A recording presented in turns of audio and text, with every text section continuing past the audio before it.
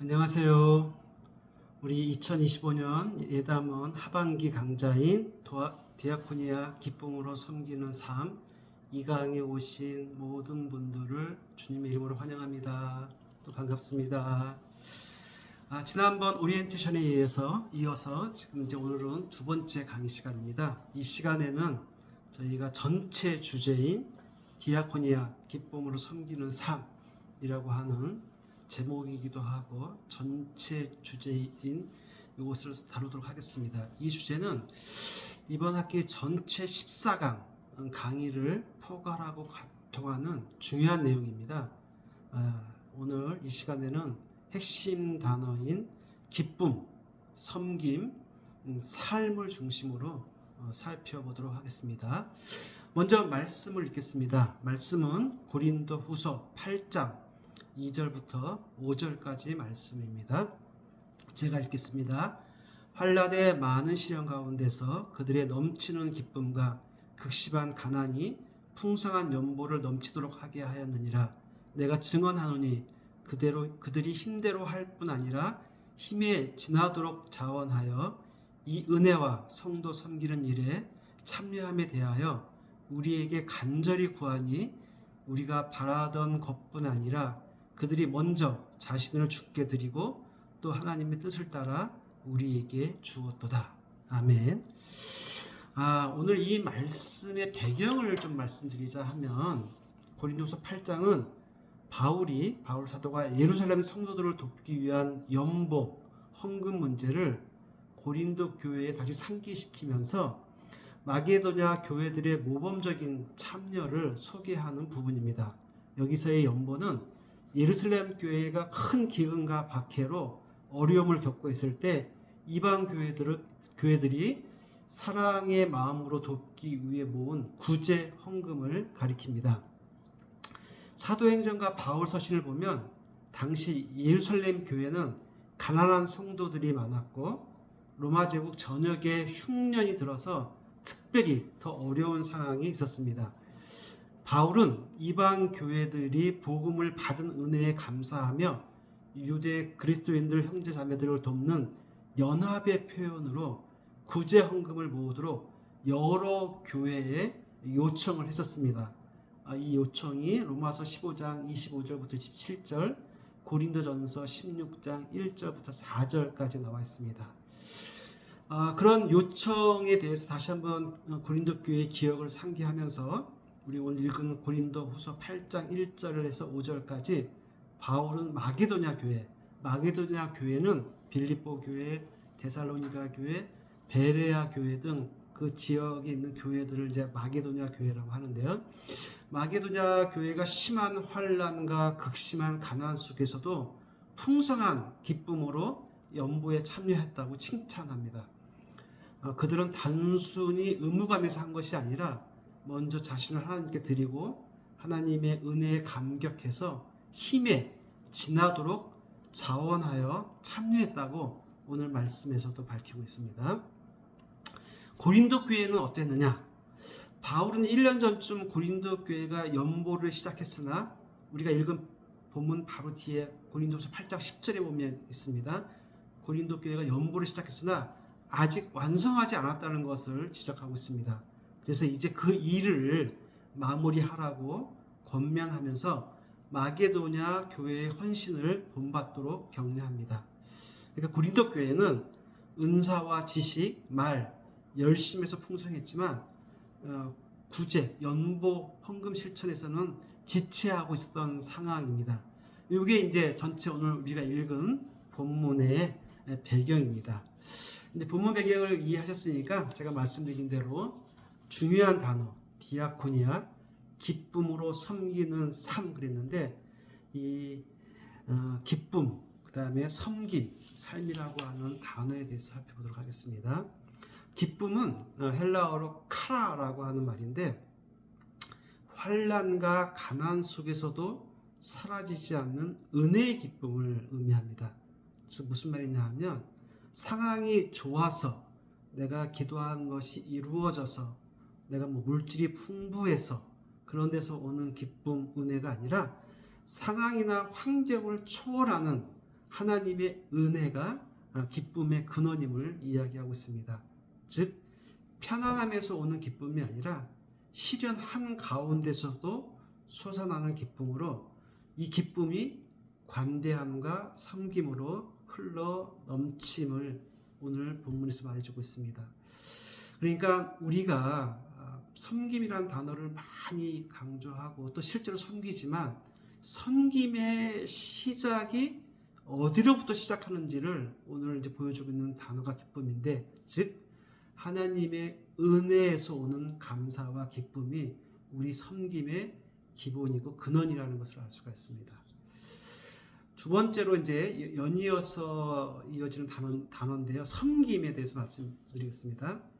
성경에서 말하는 섬김은 바로 이제 식탁 시중이라고 하는 데서 시작했는데, 이러한 그 실천적 봉사 섬김이 이제 디아코니아의 시작인데, 초대교회에서는 이것이 조금 더 조직적으로 이제 발전하는데 구제, 연복, 돌봄이라는 단어 실천 행동으로 확장됩니다.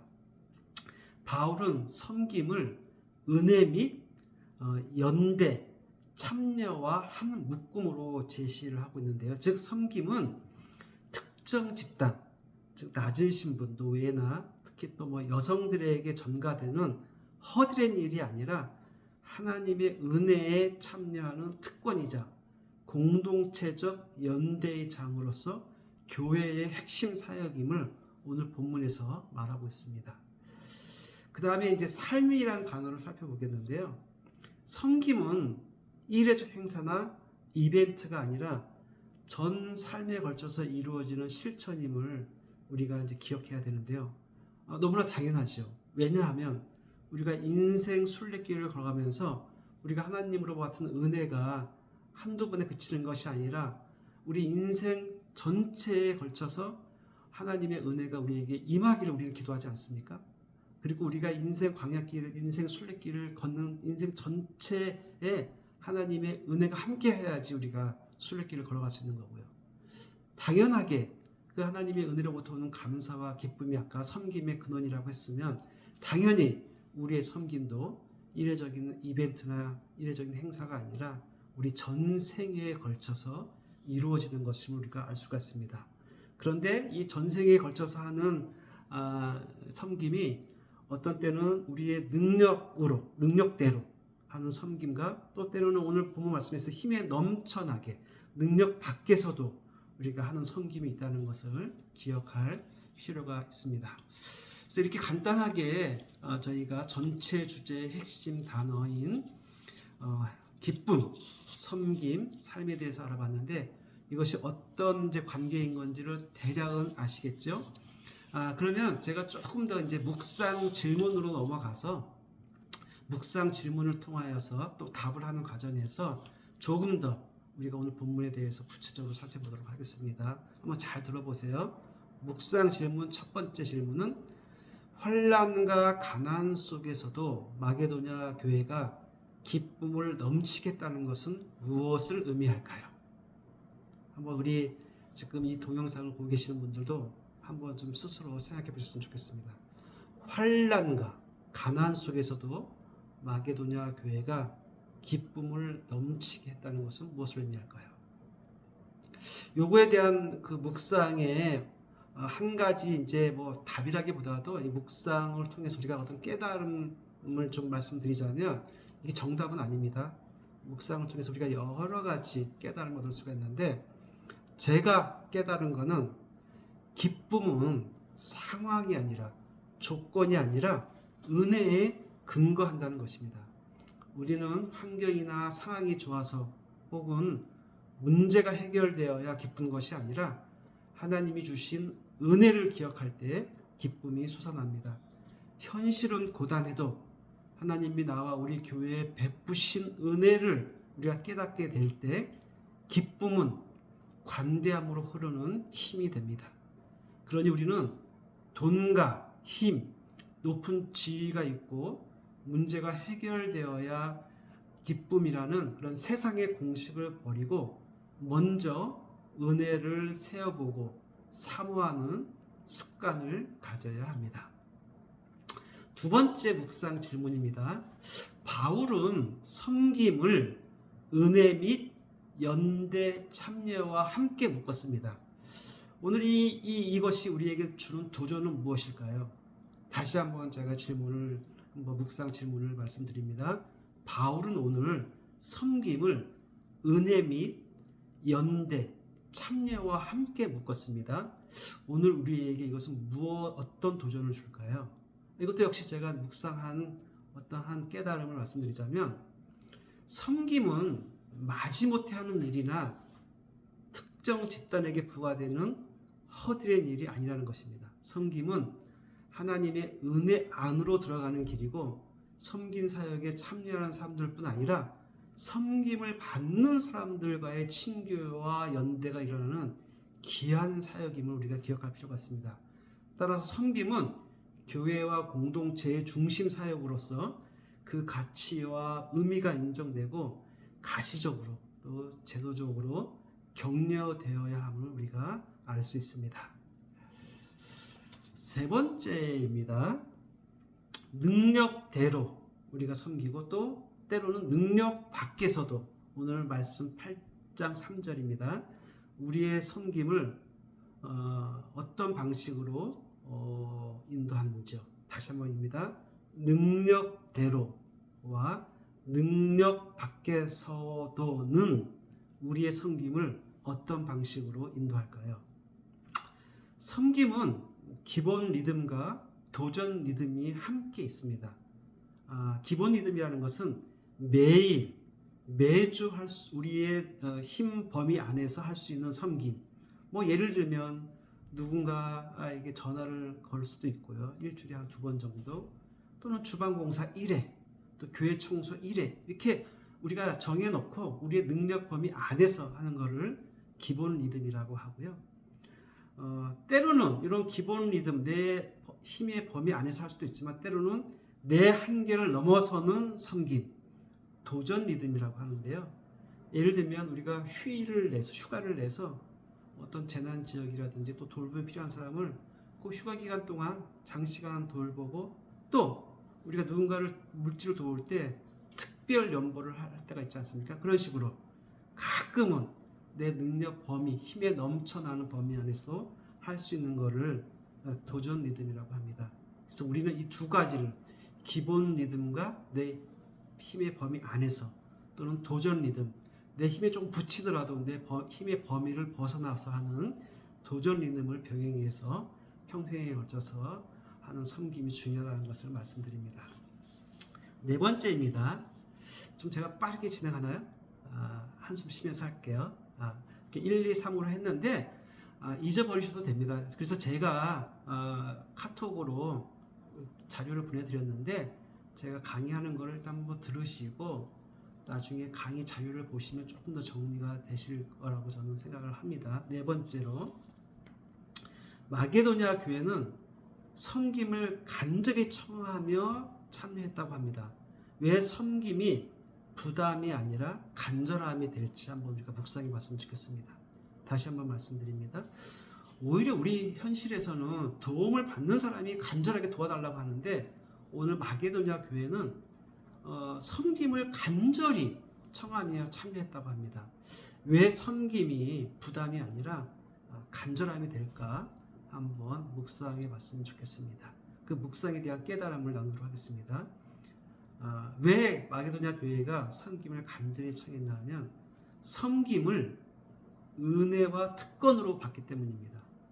또한 함께 할 때 기쁨이 배가 되므로, 또 해야 하는 일이 아니라 꼭 하고 싶은 은혜의 자유라고 생각했기 때문에 마게도냐 사람들은 가난 가운데서도 어려움 가운데서도 섬기겠다고 간절히 요청했던 겁니다.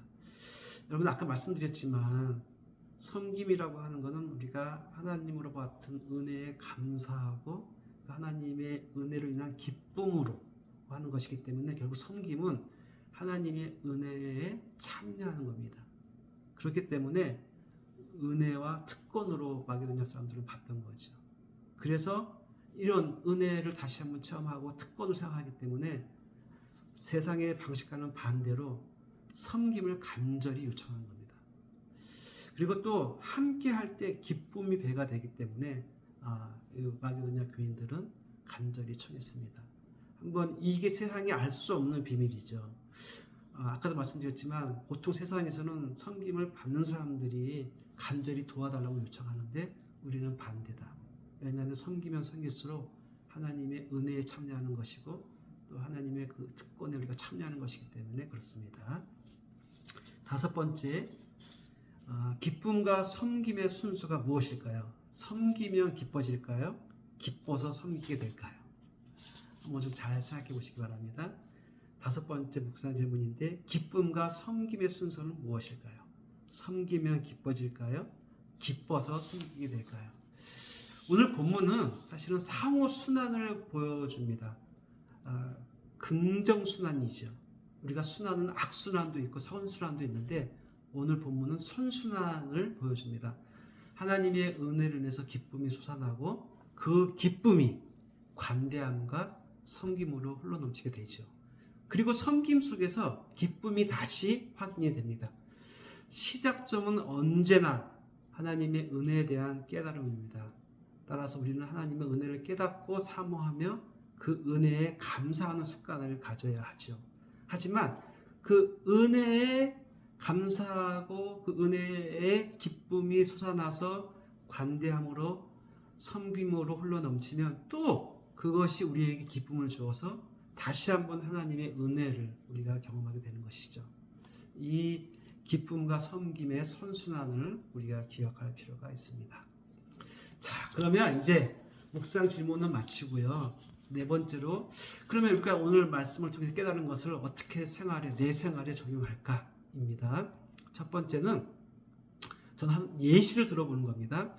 이번 한 주 내 삶에서 경험한 하나님의 은혜 한 가지를 기억하고 그 은혜에 대한 감사와 기쁨이 섬김이나 관대함이나 돌봄으로 흘러 넘치는 경험을 한번 해보시기 바랍니다. 아니면 또 혹시 그런 경험이 있는지 기억하고 찾아보는 것도 굉장히 좋은 적용입니다.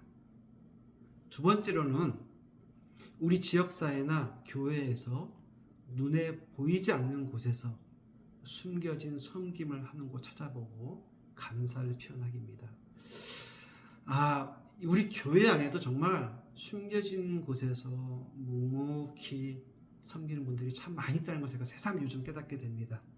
주일날 아침 아주 새벽부터 와서 우리 교우들이 드시는 점심을 준비하는 손길들도 있고요. 우리가 안 보는 곳에서 묵묵하게 땀을 흘리며 정원을 가꾸시는 분들도 있고요. 의외로 숨겨진 곳에서 섬기는 분들이 많이 있는데 한번 그런 분들을 찾아보고 감사를 표현하면 좋겠습니다. 이렇게 해서 제가 이제 생활의 적용까지 끝나고 이제 기도로 마치려고 하는데 이 영상은 긴 거는 보기가 참 쉽지 않습니다. 듣기가 참 쉽지 않습니다. 그래서 제가 20분 내로 영상은 마치려고 하고 있고 그렇게 준비를 했습니다. 물론 이제 제가 강의를 할 때는 한 30분 내로 하는데 그때는 뭐 대면으로 하기 때문에 주거니 받거니 하면서 하기 때문에 30분 금세 가지만 동영상을 이렇게 오래 보는 건 쉽지가 않습니다. 그래서 동영상은 20분 내로 마치겠고요. 대신 듣고 보내드린 우리 자료를 잘 꼼꼼하게 보셨으면 좋겠습니다. 기도하겠습니다. 하나님 감사합니다. 저희들 디아코니아 두 번째 강의에 참여할 수 있게 하시니 참으로 감사드립니다. 주님, 은혜가 기쁨이 되고 그 기쁨이 섬김으로 흘러갈 수 있도록 우리의 삶을 인도하여 주시옵소서. 섬김이 하찮은 일이 아니라 허드렛 일이 아니라 은혜의 특권임을 기억하게 하시고 우리의 삶 전체가 기쁨으로 섬기는 저희들 섬기는 사람들이 다 되게 주님 도와주시옵소서. 이 모든 말씀 우리 주 예수 그리스도의 이름으로 기도드립니다. 아멘. 자, 오늘 두 번째 강의는 이것으로 마치겠습니다. 이 강의 동영상을 봐주시는 모든 분들께 제가 감사 인사를 드립니다. 이거 마치겠습니다. 다음 주에 또 뵙겠습니다.